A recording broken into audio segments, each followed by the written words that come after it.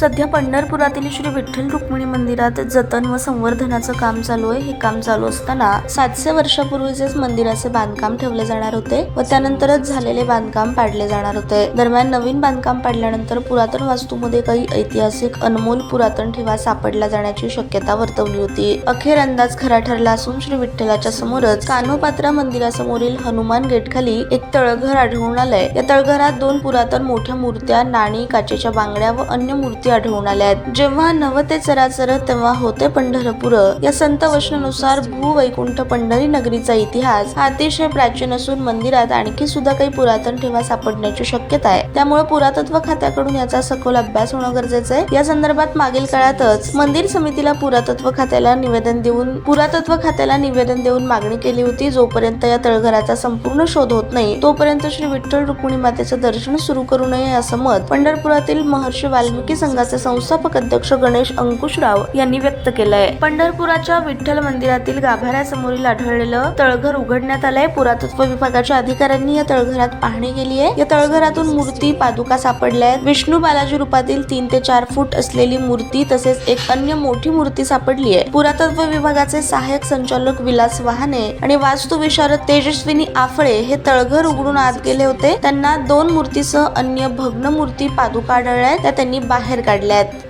मी गणेश अंकुशराव, संस्थापक अध्यक्ष महर्षी वाल्मिकी संघ। आता आपण विठ्ठल रुक्मिणी मंदिरात आहोत। आम्ही महर्षी वाल्मिकी संघाच्या वतीनं ह्याचा वारंवार पाठपुरावा केला आणि मध्यंतरी रांजना गावली होती, त्याची चौकशी करावी। इथं काय मोडी लिपी, शिलालेख ह्याची चौकशी व्हावी आणि मूर्त्या ज्या आहेत त्या मूर्त्याच्या खाली महादेवाच्या पिंडे आहेत का आणि कुठं तळघर आहे का असं निवेदन आम्ही पुरातन खात्याला दिलं होतं। त्याची पूर्ण चौकशी करून अधिकाऱ्यांना हे यश आलेलं आहे। आता आम्ही महर्षी वाल्मिकी संघाच्या माध्यमातून अशी मागणी करतोय, विठ्ठल रुक्मिणी मंदिर समितीनं जोपर्यंत असे किती तळघर आहेत, इथं मोठं प्रति पंढरपूर खाली आहे का, प्रति विठ्ठल मंदिर खाली आहे का, प्रति विठ्ठलाची मूर्ती ह्याच्या खाली आहे का, ह्याची सखोल चौकशी करावी आणि अशी किती तळघर आहेत ही सगळ्याची सखोल चौकशी करावी आणि जोपर्यंत ह्याचा सगळा सोक्षमोक्ष लागत नाही, ह्याची सगळी चौकशी होत नाही तोपर्यंत दर्शन जे चालू करणार आहे ते दर्शन चालू करू नये।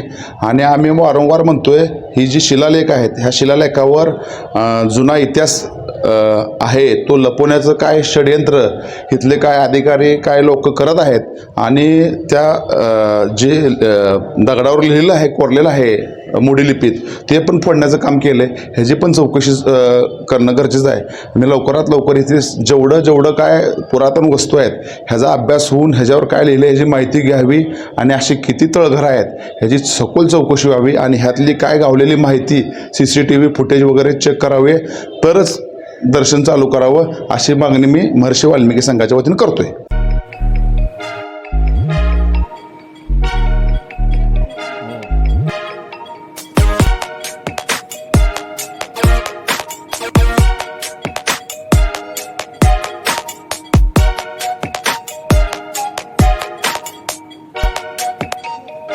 सोलापूर शहरातील सुप्रसिद्ध हॉस्पिटल म्हणजे सेंट्रल मल्टी स्पेशालिटी हॉस्पिटल मागील अनेक वर्षापासून सेवा बजावत आहे। 24 तास इमर्जन्सी सर्व्हिस, मॉडर्न टेक्नॉलॉजी, अनुभवी डॉक्टर्स तसेच अत्याधुनिक तंत्रज्ञान सुविधांनी सुसज्ज स्त्रीरोग, प्रसूती विभाग, ऑर्थोपेडिक विभाग, मेडिकल विभाग आणि इतर एकमेव नाव म्हणजे सेंट्रल मल्टी स्पेशालिटी हॉस्पिटल। पत्ता गणेशपेठ शॉपिंग सेंटर, मंगळवार बाजार, सोलापूर। ताज्या बातम्या पाहण्यासाठी प्राईम महाराष्ट्र न्यूज चॅनलला सबस्क्राईब करा।